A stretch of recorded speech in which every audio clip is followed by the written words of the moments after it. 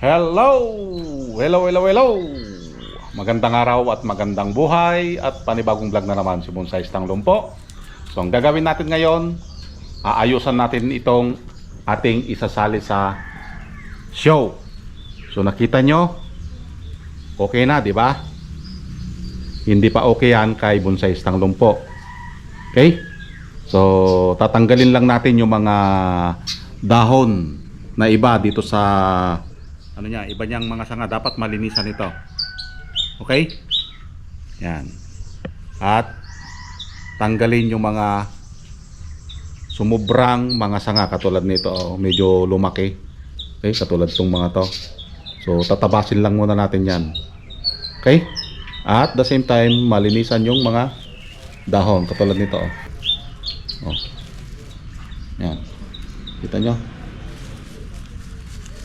Oh. Kalaglagan. So tanggalin na natin yung mga luma. Okay? Yan, katulad yan, mga luma yan. Medyo pabagsak na at mayroon pang mga bago. Okay?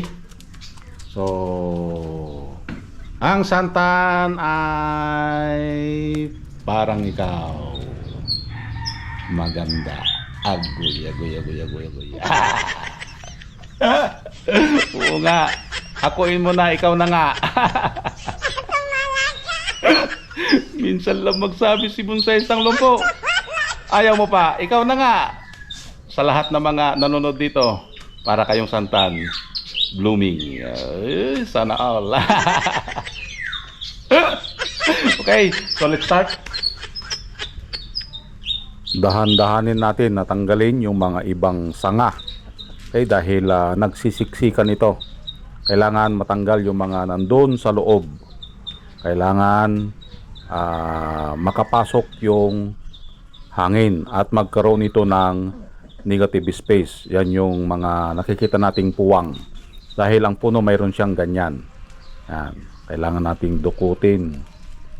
Yan, ipasok mo at dukutin yung mga kailangan na alisin doon. Medyo nahirapan tayo dito dahil malaki yung ating kamay. Katulad niyan, isuksok mo bebe. Agoy.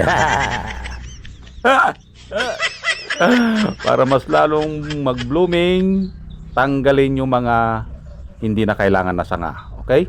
At the same time, yung sa parting baba, nakikita nyo naman, wala siyang moss. Kailangan nating malagyan yan para balance yung ating makikita. Maganda dyan sa taas. At the same time, dun sa baba, maganda rin. Okay? So, enjoy lang sa panonood hanggang sa matapos nating ayusan ito.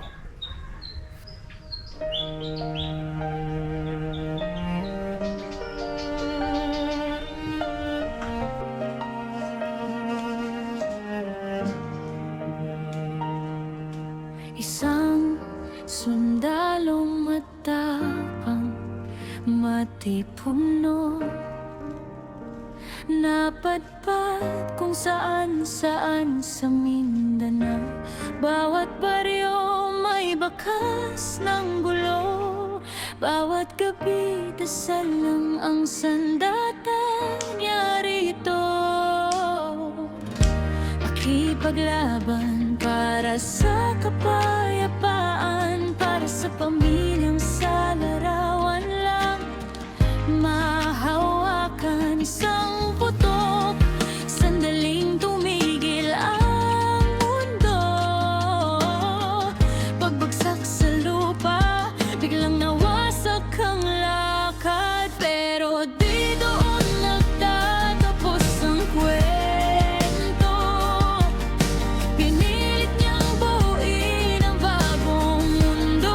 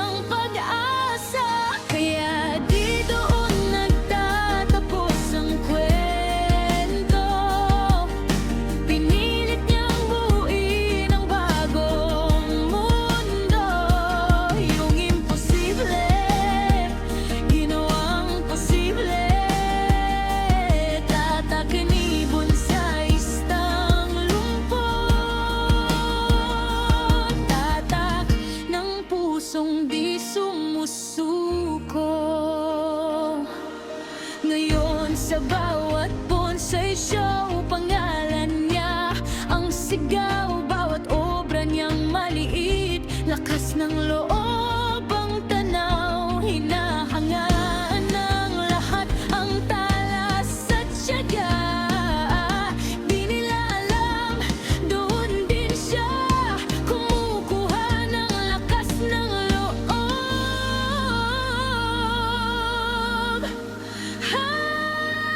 Kaya di doon nagtatapos ang kwento. Pinilit niyang buuin ang bagong mundo. Yung imposible, ginawang posible. Tatak ibon sa istang lumpur. Tatak ng pusong di sumusuko. Tatak nibon sa istang lumpur.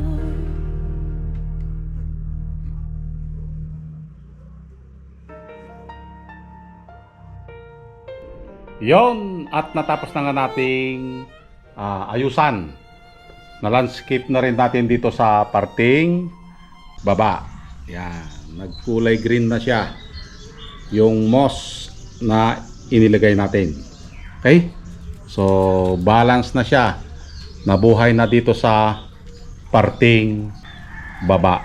Agoy, agoy, agoy, agoy, agoy, agoy. Nabuhay na sa parting baba. Nagkulay green na.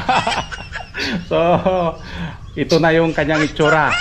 So, bagamat nakukulangan tayo sa bulaklak, pero ito lang yung kanyang naibigay. Pagtiyagain na natin. No?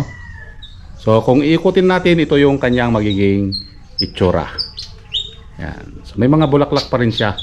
Hindi lang siya ganon kadami. Unlike doon sa nung mga nakaraang buwan na mas madami. Yan. Okay?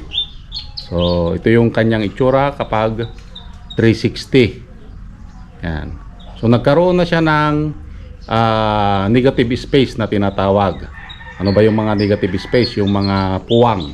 Yan, katulad nito, ito, yung mga puwang para pumasok yung hangin. Okay? Kasi ang puno, mayroon siyang mga negative space. Okay?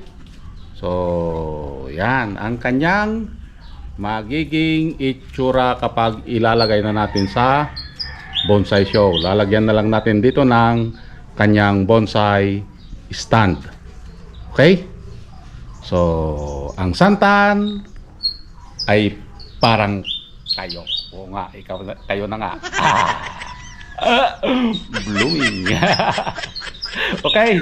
So, abangan kung makakakuha ba ito ng award. Kung hindi makakuha, better luck next time. Sabi nga nila, hindi lahat laging panalo. Minsan sa puno, minsan depende rin kung nakakondisyon. Okay? So, parang tao lang yan. So, dapat nang ikondisyon. Okay? So, hanggang sa muli. Bye.